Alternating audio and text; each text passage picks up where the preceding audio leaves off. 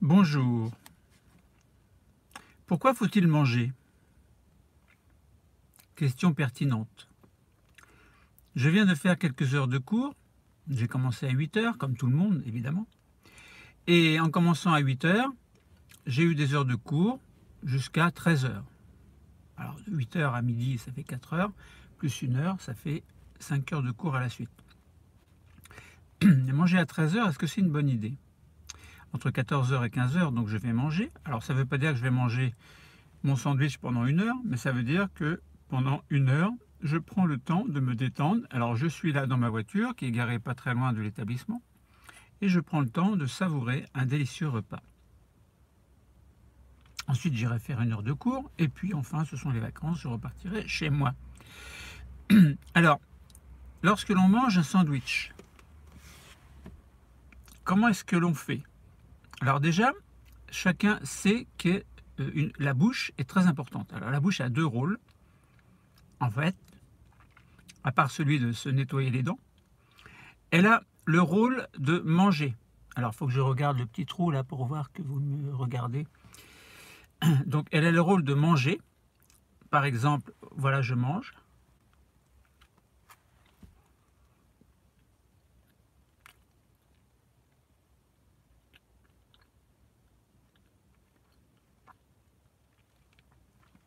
J'avale. Et chose commune chez beaucoup d'êtres vivants, en fait humains, de type humain en tout cas, c'est que beaucoup, lorsqu'ils sont à plusieurs, parlent la bouche pleine.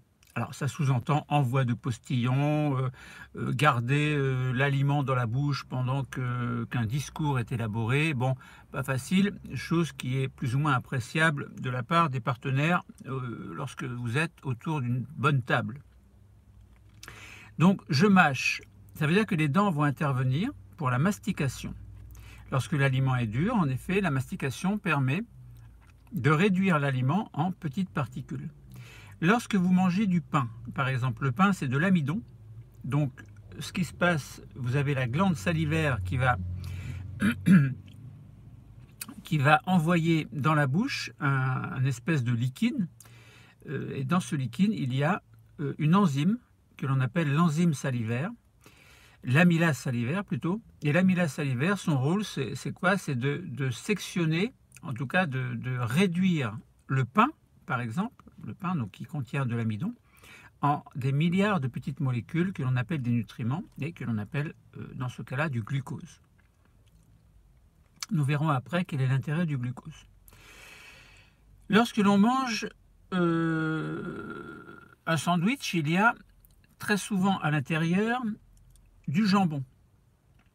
Alors, à quoi sert le jambon? Eh bien, le jambon est une source de protéines, en effet, et c'est une très bonne source de protéines à condition d'acheter du jambon de bonne qualité et pas d'acheter du jambon à 10 tranches à 1,30 € où là vous avez beaucoup de nitrites, un liquide soi-disant protecteur, mais en fait qui est assez dégoûtant.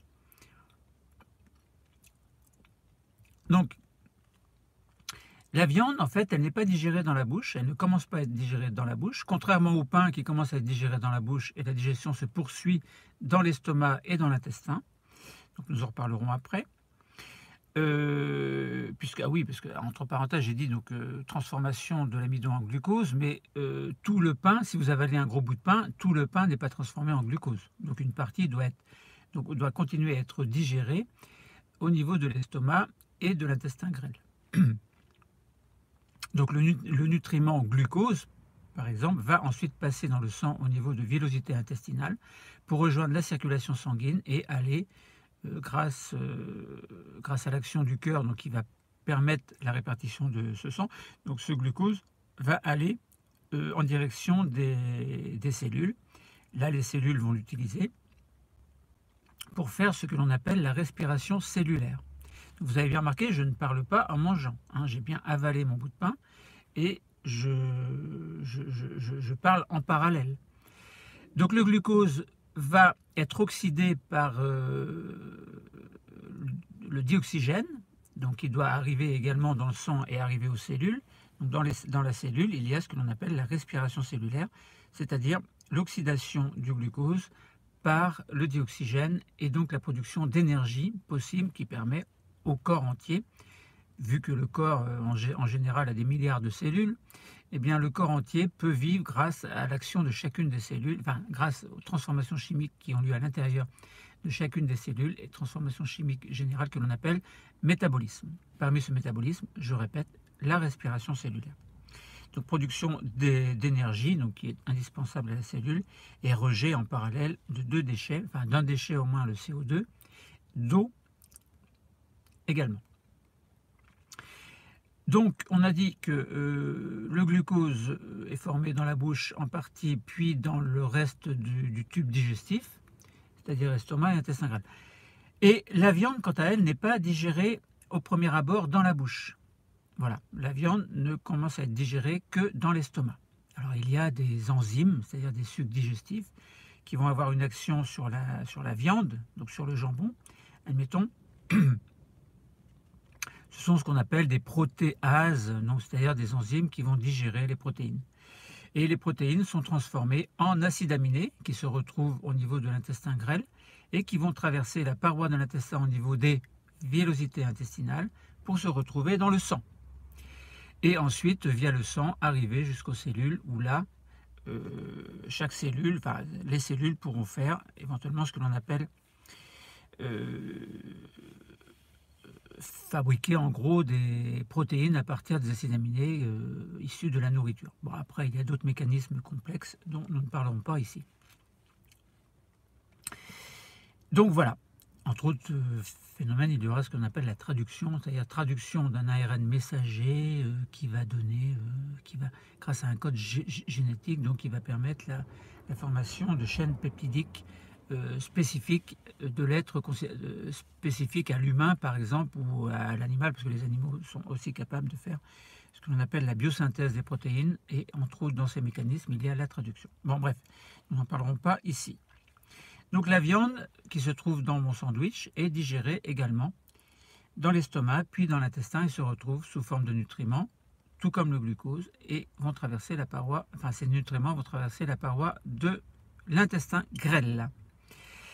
Qu'est-ce qu'il y a également? Très souvent, on met également du beurre.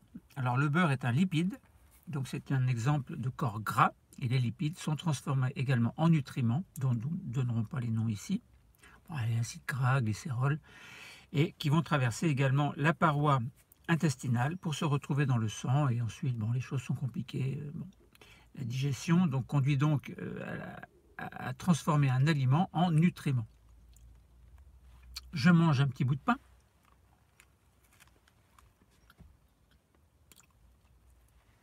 Très bon appétit. Je parlais en même temps que je mange. Faut pas. Pas bien.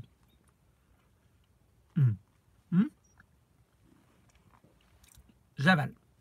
Alors avaler s'appelle la déglutition.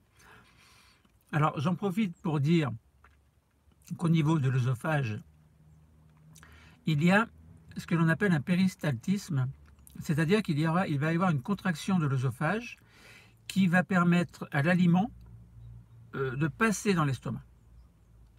Donc voilà.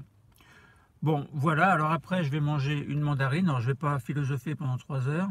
Mandarines sont très important de manger un fruit. En gros, il faut manger, par exemple, alors certains sont pour les laitages, d'autres sont contre, bon, à réfléchir. Personnellement, j'aime bien, après un bon repas, un repas simple mais équilibré, diététique, manger un laitage. Alors ça peut être un yaourt, ça peut être un fromage, ou bon. Et puis manger un fruit, donc ça peut être 2 mandarines, par exemple, une orange, une pomme, etc. Selon la saison, vous avez accès à différents fruits. Donc voilà, c'était simplement une vidéo pour faire passer le temps. Alors, je vous souhaite de très bonnes vacances, et à moi je me souhaite un très bon appétit, et à très bientôt. Alors je vais essayer de ne pas mettre le doigt devant la caméra pour arrêter. C'était un cours de SVT en fait, concernant la digestion.